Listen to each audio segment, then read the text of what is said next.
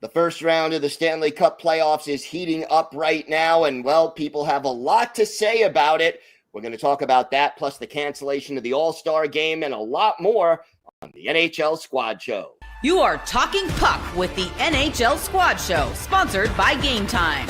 From the Oilers to the Stars, Golden Knights, and the Panthers, the Rangers, Avalanche, and yes, even the Maple Leafs. The Locked On Podcast Network brings together all its local experts to provide the scoops, breakdowns, and comprehensive looks at all the NHL, with plenty of trash talk to go with it. Don't miss the hard hits and glove-dropping hot takes on the Locked On NHL Squad Show. It's time to drop the puck. Here, welcome to the NHL Squad. Sit back, grab your favorite beverage, and join us as we get you ready for another wild week across the NHL. We are part of the Locked On Podcast Network, your team every day. Today's episode is brought to you by Game Time. Download the Game Time app, create an account, and use code LOCKEDONNHL for $20 off your first purchase. We have got a great crew here today for this week's squad. We have Seth Toupal of Locked On Wild, Tom Callahan from Locked On Utah Hockey Club, and Ann Kimmel of Locked On Predators. And Ann, we're going to defer to you. You had something on your mind. Let's hear what it is. Okay, I usually try to stuff my feelings down with food, but I'm trying to eat healthy. And so this is just leaked out. And now your mistake has given me a forum. But can we just talk for a minute about playoff hockey? This is my biggest pet peeve about this sport.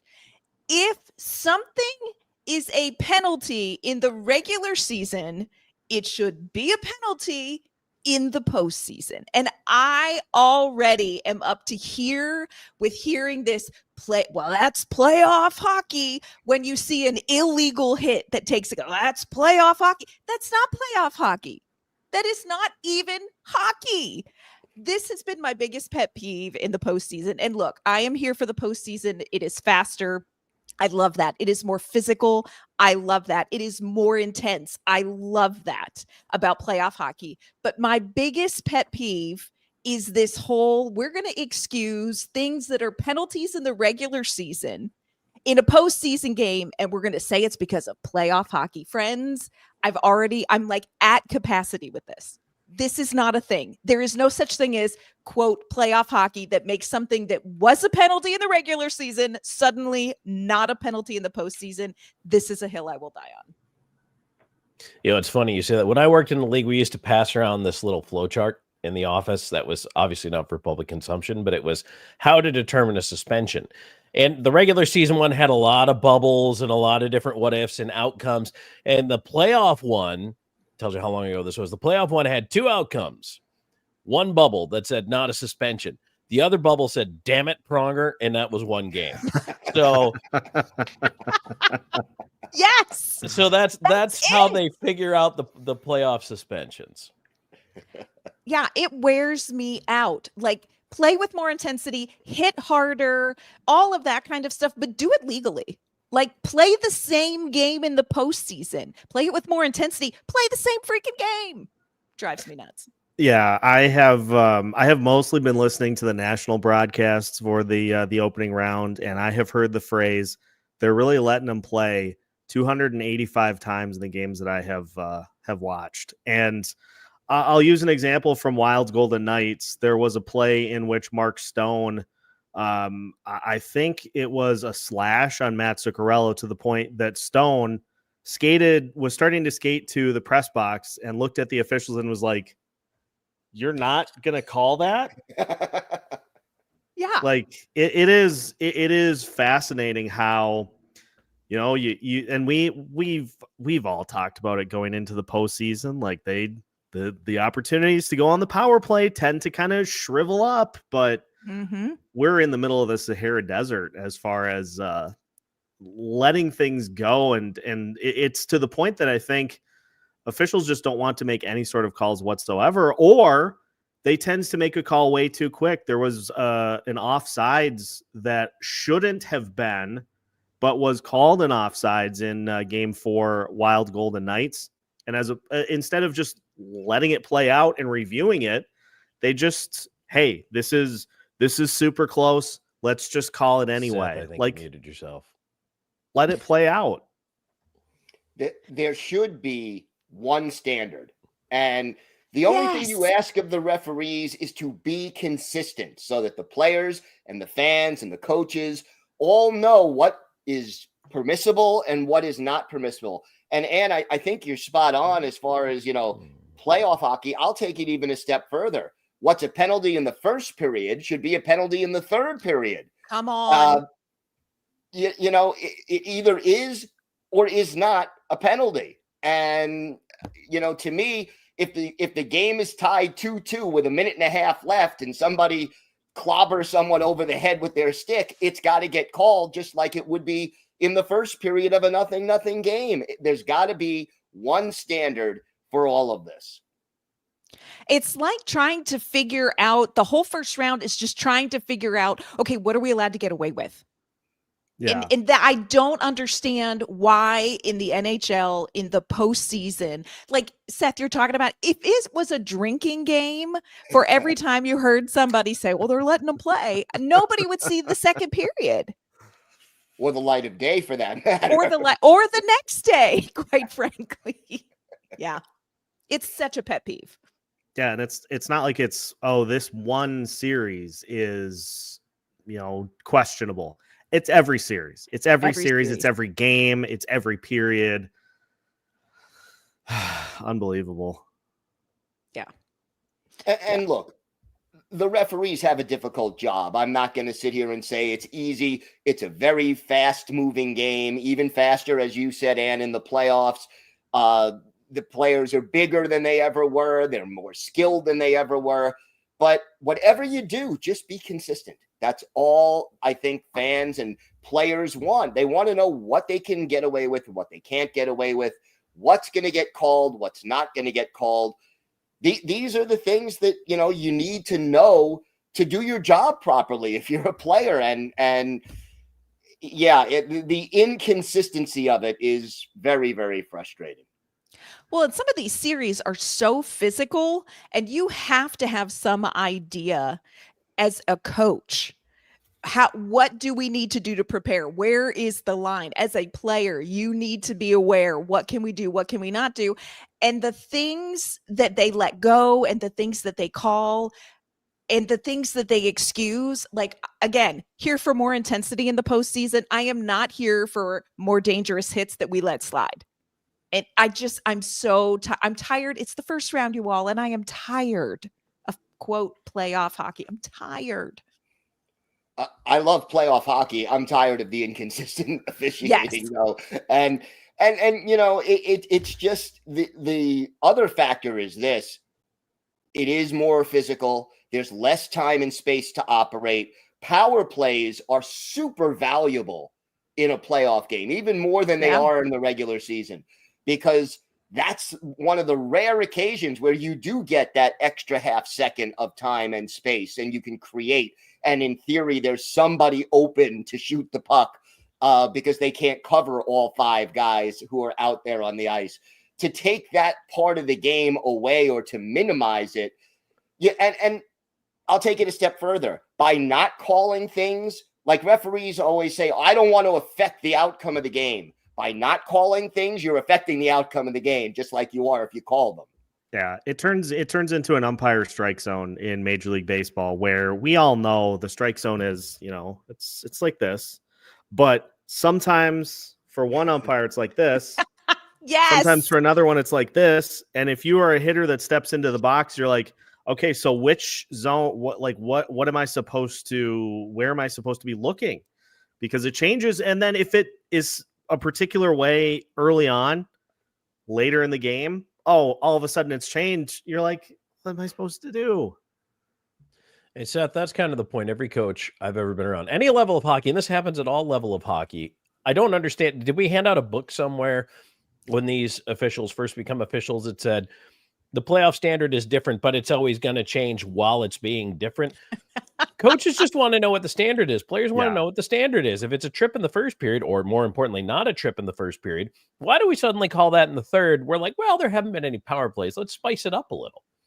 And that's they do that. If in overtime, we're not going to call anything for the first 15 minutes unless it's a puck over the glass. But after 15 minutes, well, nobody scored yet. So I guess we'll try to work in a call here at the end of the first OT. Yeah. Just what is the standard? Whatever it is, keep it. Yeah. Be consistent. That's the bottom line. Be consistent. And it is not something that the NHL has been particularly good at. And I've been watching hockey for longer than I'd like to admit.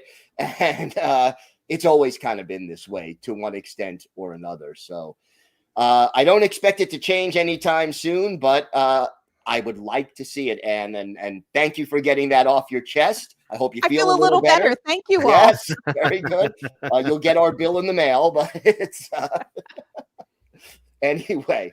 We have got a lot more to get to on today's squad show. We'll talk a little bit more about the first round of the playoffs, how things are shaping up. We'll also talk about the cancellation of the 2026 All-Star Game and a new coaching vacancy. We've got all that and more next on today's squad show.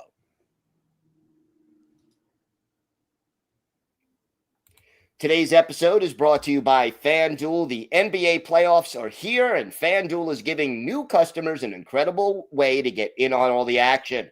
Right now, when you join FanDuel and place your first $5 bet, you'll get $250 in bonus bets if your bet wins. That's $250 in bonus bets if your first $5 bet wins. I love how FanDuel makes betting so easy, whether it's picking my favorite team or diving into player props. From three-pointers to steals to assists, FanDuel has so many ways to bet your favorite player props. Plus, after the game tips off, you can even combine live prop bets into a same-game parlay for a chance to win big. So don't miss out. Head to FanDuel.com and claim your $250 in bonus bets today. That's FanDuel.com to claim your $250 in bonus bets today.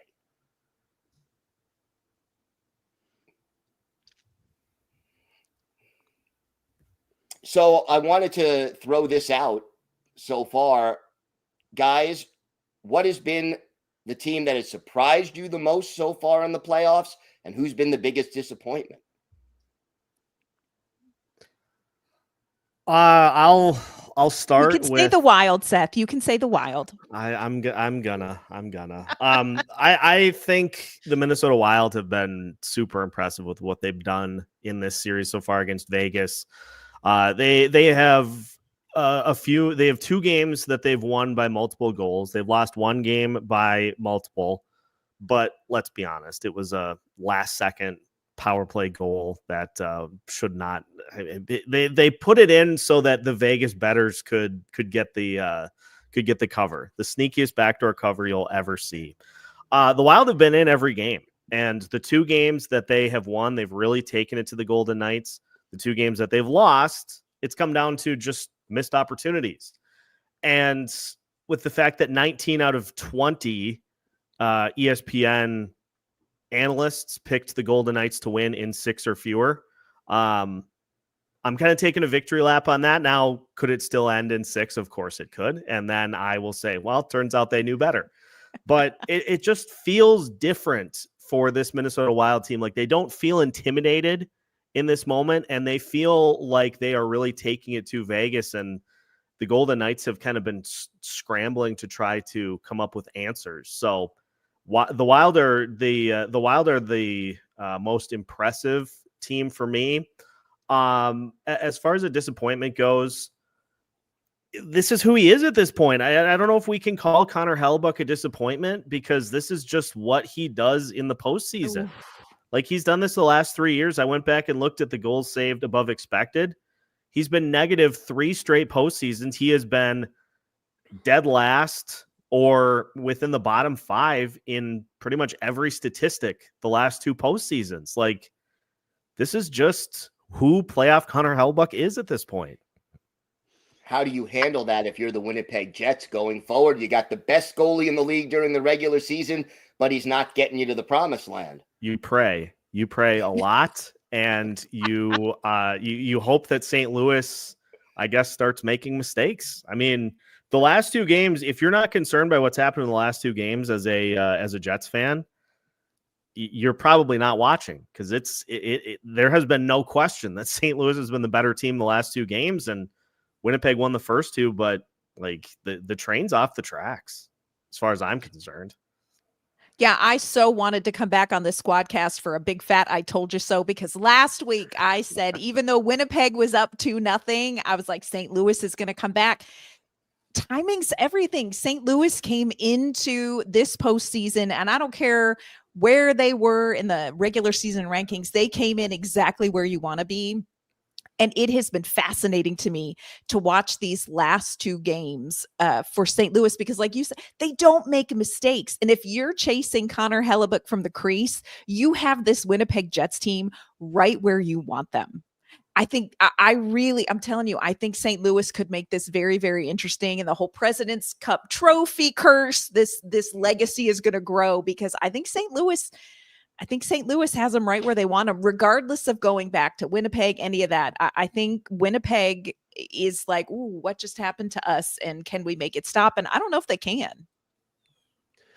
I do agree that Seth's Minnesota Wild are the biggest positive surprise. I'm going to kick this one in Gil's direction for my negative team, New Jersey. Did anyone tell the Devils that they were starting a playoff series? Look, Carolina, New Jersey was not the series I was looking forward to most. It was probably 8 out of 8, right? I was not looking forward to it, but for that reason, figured it could be very entertaining. It could be 2 teams about in the same place who could play a relatively competitive series, and the Devils have just no-showed this one, and that's kind of surprising to me. I mean, I think the absence of Jack Hughes has been a big factor in that. They're without their best player, and the injuries really have set the Devils back a lot. It's not the same team that got to this playoff spot. It's the same team that limped into the playoffs, I think. And if they were fully healthy, and I know injuries are part of hockey, you're not going to get rid of them because the game is so physical, but you know, if the Devils had some of their better players back, I think it would be a more competitive series than what we've seen so far. And I can agree to that, but it just looks to me, when I watched a little bit of those games, man, they're just not there. Like injuries, okay, they're not an excuse, but they are a reason. I get that. Right. But that doesn't mean you just fold the tent. You know what I mean? And I expected the Devils to kind of go in the locker room and go, all right, well, they're not here. It's up to us to pick it up now. And we've got to go out there and try to, play with energy and really come at Carolina as best we can and attack. And instead they just they're waiting for the inevitable. And I that think game one in that series, it looked like Carolina was just waterboarding the Devils. Yeah. I kept thinking of that gif, like, stop it, he's already dead. And it just kept going. And I thought, oh my gosh, somebody tap out, because it was almost hard to watch. Now, the other games have been closer, but I give it to Carolina. Like, people could say, oh, they don't have Natchez anymore and they couldn't keep, players don't want to play in Carolina. Carolina's looking around like, we don't care. Don't care. Busy trying to win the Stanley Cup. I have to say Carolina's been impressive to me. Also, does Edmonton have 9 lives? Like, how? What happened? The score is 3-1 and I'm old and I go to bed and I wake up the next morning and the series is tied 2-2. I'm telling you, Edmonton has 9 lives. I don't understand. Like, their goaltending is like, you don't know really, players are playing beat up. They don't have Matthias Ekholm, former Nashville Predator, out there. So defensively, and yet the series is tied against the LA Kings, who I think have looked fantastic. That one just baffles me. I'm like, I don't really know how this is happening, but I'm going to sit here and watch if it's before my bedtime. McDavid effect. Yeah. Even if he's not the one directly involved, he can still bring everybody else up around him. Just incredible. Yeah. And I think the other thing is this: the LA Kings are a different team at home than they are on the road. At home, they are almost unbeatable. On the road, they're average at best. And, we'll see whether or not having a potential Game 7 in LA makes a Yeah. big difference or not, because I'm sure Kings fans and the Kings players are sick of losing in the first round of the playoffs to the Edmonton Oilers after doing it 3 years in a row. Yeah. But boy, they've got to play better on the road if they hope to change that outcome. Yeah, and that is a tough place to play. That's such a tough place to play. And by way, just real quick, I know we want to hit a break, but before we do, by way of giving credit to Seth's Wild, they were actually a much better team on the road this year. And I think they're kind of figuring out how to get it done at home. And if they do figure out how to get it done at home, that's actually going to make them real dangerous to make a run. Yeah. Yes, it will.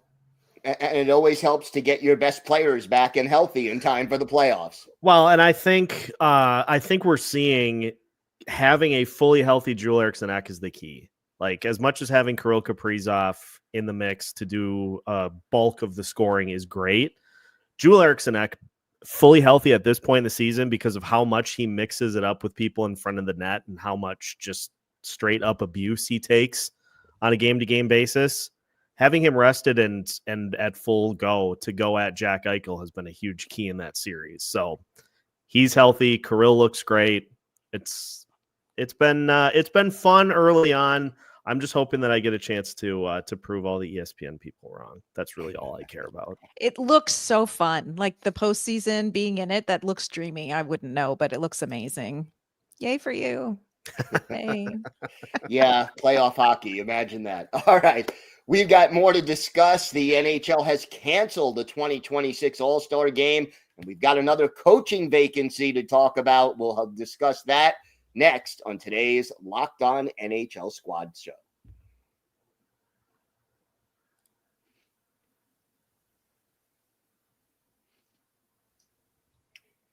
So the NHL has canceled the All-Star Game for next year. It was weird to begin with, because usually when the NHL players are participating in the Olympics, there is no All-Star Game, but they scheduled it. And this was, like, for my New York Islanders, this was a big deal, hosting for the first time since the early 80s.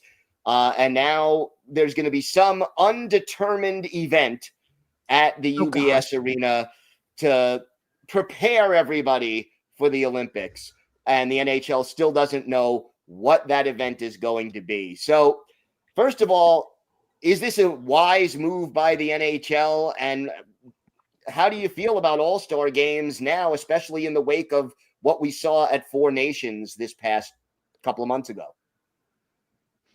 I don't think All-Star games are the worst thing in the world. I think they serve their purpose when it comes to being, they want them to be a media circus. They want them to grab attention, and they do. And now the Islanders are going to have a kickoff event for the Olympics, which is going to be a media circus, and is going to grab attention for the Olympics in a way I think maybe Gary Bettman was suggesting to the players. Again, this goes back to the whole history of they don't want them over there, or do they want them over there? Maybe they do, maybe they don't. And then you got to bargain for it in the CBA. I think there's a little bit of that history there. So, Gil, to me, they should move the Islanders game a year back. You know, and I know you've already announced and promised and whatever, push it back a year and let the Islanders actually have an All-Star game. And then whatever this event is, I mean, the New York market is not the worst place to feature all of your players before you send them off to play in the Olympics. So I just don't necessarily agree with shorting the Islander fans this experience. And as far as the All-Star game itself goes, look, it's still going to evolve. It might be a 3-on-3 tournament next time. It might not. I think we can agree that that seems to be better than 5-on-5 hockey. And Four Nations was great, but in an Olympic year, you're not doing that. So, you know, whatever we get, we get. But yeah, I'm not super surprised, which is why I would even kind of chuckled at the word canceled. You know what I mean? It's not really canceled. They knew this was coming, so they've just morphed it into something else. I'm okay with it being canceled. I think, you know what, you can't compete with the Olympics. You know, you're not gonna make a bigger fuss. I get a little nervous when I hear the NHL has a to be determined event, because can we just be honest that the NHL and events, we're still whiffing on some. And I loved the Four Nations, but honestly, what made the Four Nations so great was the performances, was the on ice product. Like the hype was okay, but the on ice product was what sold the Four Nations. It wasn't like genius marketing. And I think the Olympics are going to be the same way. I think it's going to come down to on ice product. But I'm not a fan of the All-Star game. I'm not. And look, like, was it Kucherov that like only just sort of showed up in the one? Like, he ruined it. Like, he just, Santa Claus is not real. They don't want to be there. And it just feels like it's lost something. I agree, 3-on-3, much more interesting. But I just wish the NHL just had a different something when it comes to events. Just something. Or just a week off. I think if you Nobody ever died from it. I think if you polled players, they maybe not publicly, but privately would say just would like some time off. Because look, it's a grueling season, and especially with the Olympics, with the Four Nations face-off, you've got a very crunched season, tons of back-to-backs, a lot of travel. Like, it gets grueling. And I mean, if you want to honor first half All-Stars, second half All-Stars, whatever you want to do, I'm fine with that. But like, if they're not going full bore, you can tell. And I think people, just because of what the Pro Bowl has evolved and devolved into, I think people kind of get turned off by that. Because if they're out there not trying or looking like they're just kind of like Kucherov, people are kind of like, oh, well, why would I tune into this? Like, I don't know. Like, just give them a week to go on vacation. Turks and Caicos for everyone. Including the media who has to cover all these. Let's go. I'm in. I'm down. Yes. Let's go. I mean, the thing that made Four Nations so great was that there was physicality in the game. There was intensity. There was checking. When was the last time that there was checking or defense in an all-star game? I mean, it just, you could play 3-on-3, you could play 5-on-5, you could play 10-on-10. Nobody's checking anybody in an all-star game. And so what we saw was like what the NHL would look like if there were only 4 teams, which was really, really great. And then you added, I guess, the unintentional juice added to Canada and the US because of politics right now. All of a sudden, this was a grudge match. It just wasn't a friendly little encounter. And that took it to another level as well. But yeah, the All-Star game needs some change if they're going to keep it. Otherwise, do Four Nations and Olympics on an alternate basis, and let's or maybe go to 6 nations if they could ever figure out how to include Russia again. But because a lot of good players missed out, or maybe you go Team Europe and you have players from Germany and Switzerland and Russia or whatever. But there's got to be some solution. Before we run out of time, Rick Tocchet out as coach of the Vancouver Canucks. Thoughts from everybody? Would he like to come to Nashville? When is the Philadelphia press conference to announce him as the head coach? It feels like he feels like he's already signed the deal to head to Philly. Yeah, it does. Would Vancouver then acquire Tortorella to sort of complete that deal? And see Can you imagine Tortorella walking through this past season with Vancouver, like to be a fly on that wall? The paint would be peeling. Torts versus Elias Pettersson would be worth the price of season tickets. Like, come on, that'd be high theater. It is kind of interesting.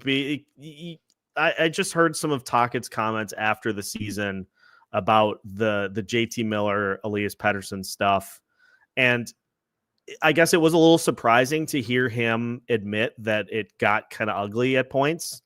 I think, you have had some successful years in Vancouver, but it felt like he really just kind of saw the writing on the wall that if things didn't improve, that maybe it wasn't a bad idea to try to find some greener pastures that didn't involve a superstar that's underperforming and rifts in the locker room. Yeah, You a know, it lot was of drama. interesting. I was listening to Sirius XM the other day, and Bruce Boudreau was on there, and somebody just asked, "Hey, Bruce, if this job was offered you, would you take it?" I forget what job it was, but he said, "Oh yeah, absolutely." He's like, "There's only 32 of these things," and so that got me thinking about good and bad landing spots as a coach. But in the end, does it really matter? You just want to get in there and prove you can do the job. Now, look, if you're Mike Sullivan and you probably have a couple of serious tire kickers, then yes, you could be choosy, but Vancouver's not a great situation, and I don't think that's fixing itself anytime soon. But yet, there's going to be 100 guys knocking on that door. So that to me is super interesting. How do you settle those internal conflicts? And apparently, Tocchet was not the guy. I don't know who will be the person to iron that out, and that's difficult because it sounds like it's something that was allowed to grow and take root and really just infiltrate the whole team. Like they all got infected from that beef, and that was a horrible season for them. I don't know how you turn that around. It festered and they imploded. And somebody has got to change the culture of that locker room, whoever it is that they hired. And maybe that's why I thought about Tortorella, only because he's just no nonsense, not going to take anything. Maybe you need, if not Tortorella, a guy like that with a similar personality who's just going to lay down the law in the locker room as much as a modern coach is capable of doing in this day and age. But we'll see how it plays out in Vancouver. I want to thank everyone for making the Squad Show your first listen today. For your second listen, check out the all-new Locked On NHL Game Night. Every game, every night until a Stanley Cup champion is crowned.